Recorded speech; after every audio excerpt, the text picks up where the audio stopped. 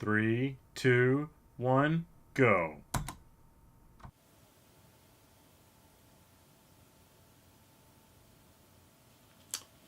Hi, I'm Brian Haas, and this is my unboxing and impressions of the new HyperX Cloud Mix wired Bluetooth headset from HyperX.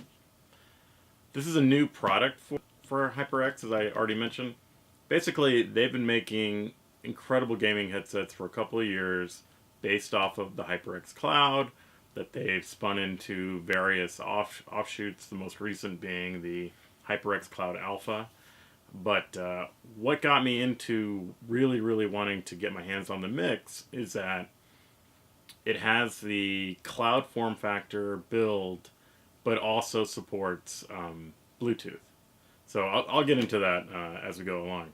So just to preface here, I got this a couple days ago. I opened it up and I've been playing around with it. So I have a few impressions on it to go along with it, but it's not my first time opening this box. So, thus the seals are open. I can kind of go forward. This box is a little bit different. The presentation on the inner box is not exactly what I would expect from HyperX. There's no logo, there's nothing written here. Not exactly sure why. It's the same size as what they're using. But my guess is this is a little bit more sedate presentation, and it's possible that because this headset supports high-res audio, because it supports Bluetooth and wired, that HyperX may have in mind applications outside of gaming, not just lifestyle, but I don't know, trying to sell it into an airport or like a department store. So you're getting a little less, you're getting a little bit more toned down presentation in the box, and that kind of carries forward into the headset. So again, another seal. It opens up like this.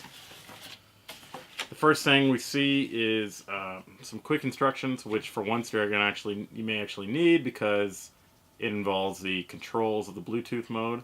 You get a nice little welcome letter and warranty support letter from HyperX. This has actually always been a really nice touch.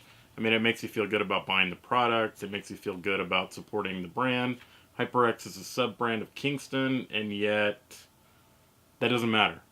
I mean, much like the Cloud was a licensed design that they adapted from another company, it really doesn't matter because they're making a good design and they're standing by it. That's really all that's important. Having said that, I have never had a warranty problem with any of my HyperX products, so I guess I can't tell you for sure that they would 100% stand by it, but that's the reputation, and I believe it to be true. So, taking off the top shell, you can see we have the headset, we have the microphone, and underneath that is a little box with the other accessories. There's not a lot included in the box here. But then again, it's not stingy either. It's just a little bit different from, say, the Cloud 2. And again, I'll get into that. I'm putting it into my familiar setting. So this is the Cloud Mix, which is a name I still haven't quite got used to. I just sort of think of it as the smaller cloud that supports Bluetooth. Again, I'm going to get into that. This is the boom mic. And this is a good point to point out, or a good time to point out. Obviously, the boom mic attaches to the headset for support on the left, but the headset actually has a built-in microphone here for use with Bluetooth mode. So that, again, you're walking around using Bluetooth, you don't need to worry about using a boom mic to take calls or whatnot. Underneath that, we have the accessory box. This is exactly like how the Cloud Alpha was packaged, which again I'll get into. So with the accessories on the Cloud Mix Alpha, the main takeaway is cabling. There's a whole packet of cables here, which I'm going to break out. But there is one more nice little inclusion that you can feel that HyperX touch, and that's a carry bag. It's a soft carry bag. It's not going to have a lot of protection, but if you want to throw this into a bag, what the carry bag will do is hopefully keep it from getting hooked onto anything, which really shouldn't be a problem, but it definitely helps. I tend to use a backpack, like when I go on flights and trips and stuff, that actually has its own headset bag, so I don't need this. But this is a hard case that HyperX has sold for the Cloud family. I'm pretty sure that the mix will fit in here. And I think I picked this up for like 10 bucks or something, so it should be a pretty easy thing to find. You get the soft bag, the boom mic, the headset itself, and a packet of cabling.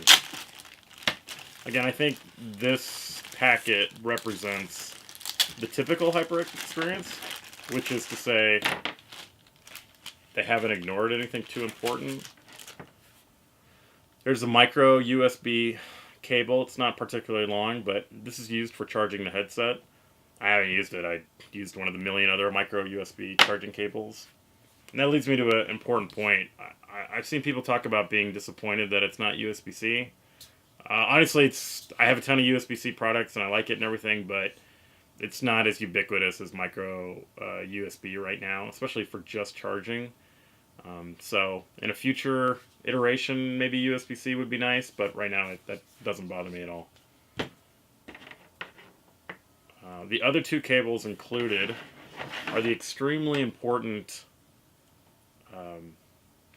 analog cable. This end plugs into the headset. And you got to make sure you get it in there. This end is going to plug into whatever device you're trying to use, specifically like a controller or a mix amp or the switch or whatever. And in between we have controls for volume and we have a mic mute. This appears to be just about the same cable that came with the Cloud Alpha. So if you're familiar with that, it's got that same sort of insertion that needs to be solid, the same sort of end, and the similar control set. It's interesting for HyperX because initially with the original Cloud and Cloud 2 design, they pretty much insisted that the cabling had to be attached permanently. And that was with good reason. I mean, it in theory, it means you never have that little jiggling of a cable. Is it in right? Is it correct? Am I having a problem?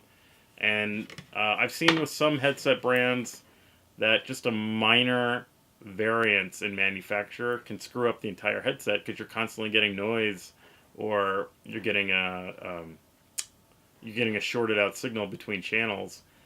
But that hasn't been a problem with HyperX, so at least now that they've decided to go with detachable cables and go with inline controls, I mean, two things I've really wanted, they've decided to take it seriously. And of course, last but not least, they've got a combination extension and stereo and microphone separator, which is great for PC use. Obviously, we're seeing less and less usage of this design, at least on a mobile setup. But anytime you're using a desktop tower, an external sound card, whatever, you're going to see something like this and you're going to appreciate having this extension. And, you know, if you're playing a AAA game, you probably have a fairly decent computer, so you might have support for this. Otherwise, I mean, you can get away with using this anyway, right? So it's nice to have both included. And again, these are very reminiscent of other inclusions in other HyperX products.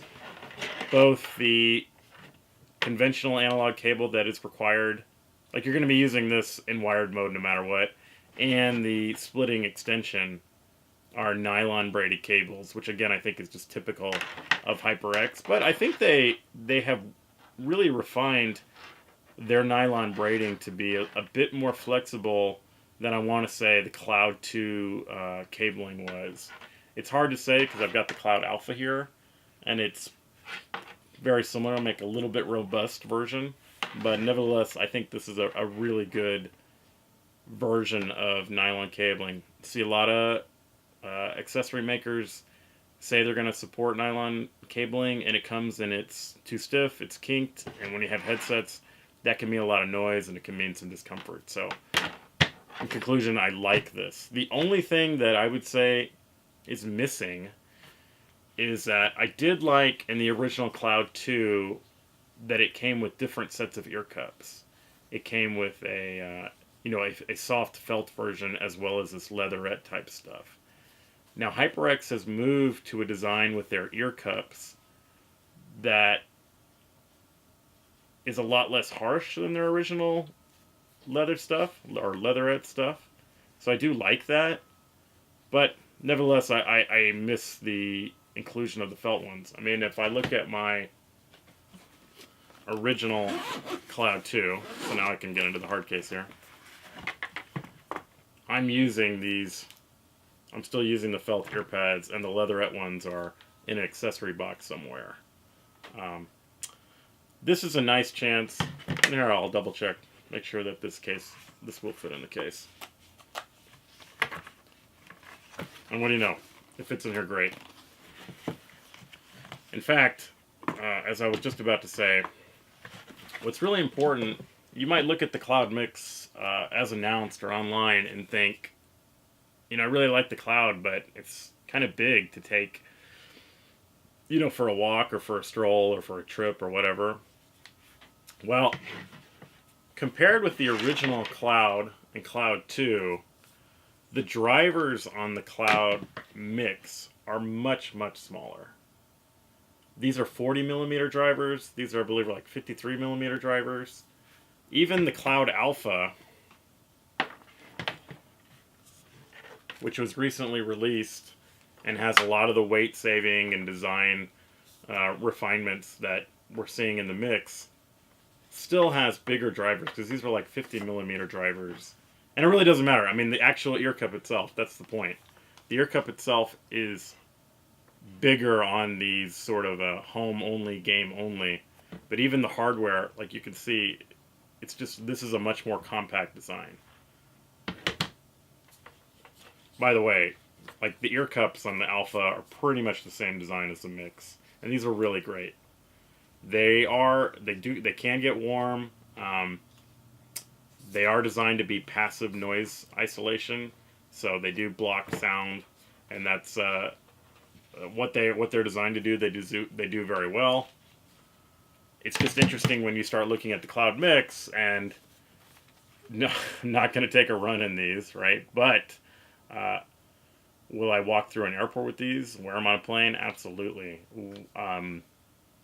I've already been playing with them for a couple of days and taken them to the mall, and ended up doing my 1 hour of yard work a week in these, and they stood up, and even got rained on a little bit, and I really didn't worry that they would break. I probably should worry.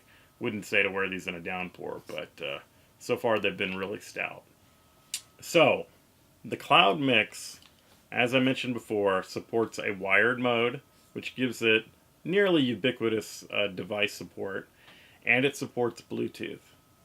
What's important to note here, and again, this is something they don't really talk about, but it's good to know, is that it's an either-or proposition. You can either be using Bluetooth or be using the wired mode. Like a lot of Bluetooth headsets, I mean, I've got several behind me, I own a bunch of them. As soon as you plug in this cable, the wired use cable, all Bluetooth functionality, all power functionality is going to be disabled. So even if you're in the middle of using Bluetooth, it's going to shut the power off. So that also means that any power functionality on the headset is only for the Bluetooth mode. It has nothing to do with the wired mode. It's not going to amplify sound anymore. That doesn't particularly bother me. What attracts me about this headset is the idea that you have a great headset that you like and that you're comfortable with, and that it's ready to go, it's ready to travel, and it's ready to be used with just about any device. If this headset supported Bluetooth and wired, then you might be looking at a situation where you could do something cool, like chat on the Switch, and it's extremely complicated setup, or be playing on like the PS4 while using the Bluetooth from your phone to do like listen to a podcast or talk to somebody. That's not the case. This is really just going to be a single task at a time. Nevertheless, I find the Bluetooth mode extremely welcome, and I'm going to give you some perspective on that, because the difference is, like if HyperX said, hey, here's the Cloud Mix and it's Bluetooth, so anything you want to game on that's Bluetooth, it's good, and any lifestyle stuff you want to do with Bluetooth, that's great, this is ready to go, and then didn't support wired mode at all, that would be a tremendous waste to me. So, admittedly, like I have several HyperX headsets that are wired that I really enjoy, so obviously I don't feel like they're a waste without Bluetooth mode, but having both modes supported, uh, even in an either-or preposition, is extremely attractive to me. So, having said that, uh, the Bluetooth functionality is kind of a new avenue for HyperX from my perspective. And I was talking to somebody about this when the product was announced, and they're like, "Oh, a Bluetooth module, what does that cost?" And it's like, well, I mean, the headset has to have power. The headset has to have controls. It's not just a Bluetooth chip. You're packing all that into here, and it has to all work without interfering with the wired mode. That's a new product. So, how does the Bluetooth mode work? So far, I really like it. Let's see. We've got recessed controls. We've got the power button down here. You hold it about 2 seconds and it turns on or turns off. You hold it longer to turn it on and you can get into pairing mode. You've got a volume up and down here. And then over on the other cup, you've got a single play button. This is probably the most annoyance I would have, because this is a button that does play, pause, answer call, and then if you double tap it, it will fast forward from you. And I would prefer to have a dedicated fast forward button, but that's pretty rare, unfortunately, these days to find. There's a light right here next to the power button, and to be honest, it's not really meant to be used that often. It's definitely useful for when you're pairing. It's definitely useful for when you're charging. But the rest of the time, the way this headset is meant to be used is it supports an audio prompt system. So if I try to turn it on right now, I'm going to be staring at it going, oh, is it turning on? I don't know. But if I put the headset on, so let me demonstrate. As I put the headset on, hold the power down for 2 seconds. The headset has just told me power on, battery level at 100%, and connected. Now, I've used this headset for several hours, and the battery level has remained at 100%. So it may be reporting that incorrectly, or it may just be power efficient. It promises up to 20 hours, and I suspect it can and deliver at least close to that. And that's what I plan to use it for. So as you can see, trying it on, it's nice and comfortable. The smaller cup size doesn't detract. Got a nice padded headband. Everything feels good for me. So it can actually get bigger than this. Let me turn it off. Power off. It can actually go quite a bit bigger. So if you have a large head size, I suggest giving it a shot. See how it is. But if you have really large ears, that could be a problem. But anyway, the pad design is very good, very comfortable. My impression is that the comfort level when wearing it is great, and when not wearing it, it's just okay. So, where do I wind up on the HyperX Cloud Mix? Honestly, my initial impressions are it's an excellent headset. It's kind of a dream product. It's like if I asked, take the cloud, take the form factor I like, take the audio production that I like, and shrink it down a little bit, but add a detachable cable, add inline controls, and add Bluetooth. And that's exactly what I think I've got here. I mean, it seems balanced, rugged, ready to wear, ready to go. And the stuff I've listened to so far, the stuff I've played so far, I was playing Forza Horizon 4 and thinking, like, this is exactly what I expect out of this headset. Maybe not quite as good as some of their other products, but it's just a slightly different soundstage from the smaller driver set. Right now the price is $200, and it's a Best Buy exclusive, and that may prohibit a lot of people from getting a chance to try it and use it and own it. But I hope that changes. I mean, I hope that people really do get a chance to see what this is. It might be kind of a niche product. I mean, not everybody's looking for a headset that they can use and leisurely at home and also take on the road for a completely different application. But it's a perfect one for me. And as much as I look forward to what HyperX makes in the future, this is like an instant favorite for me. And I there's nothing about it that I see stopping that. I mean, if I end up really disliking how it feels, I don't know, when I'm not wearing it, I think that'll be a compromise I just have to live with. This has been my unboxing and impressions of the HyperX Cloud Mix, a headset that I really like and look forward to using for hours and hours and hours and trips and trips and trips. If you have any questions, definitely hit me up. And enjoy. Like, I'm going to be enjoying Red Dead Redemption. I'm sure a lot of other people are too. And I hope that whatever you're playing, you're enjoying it. Bye.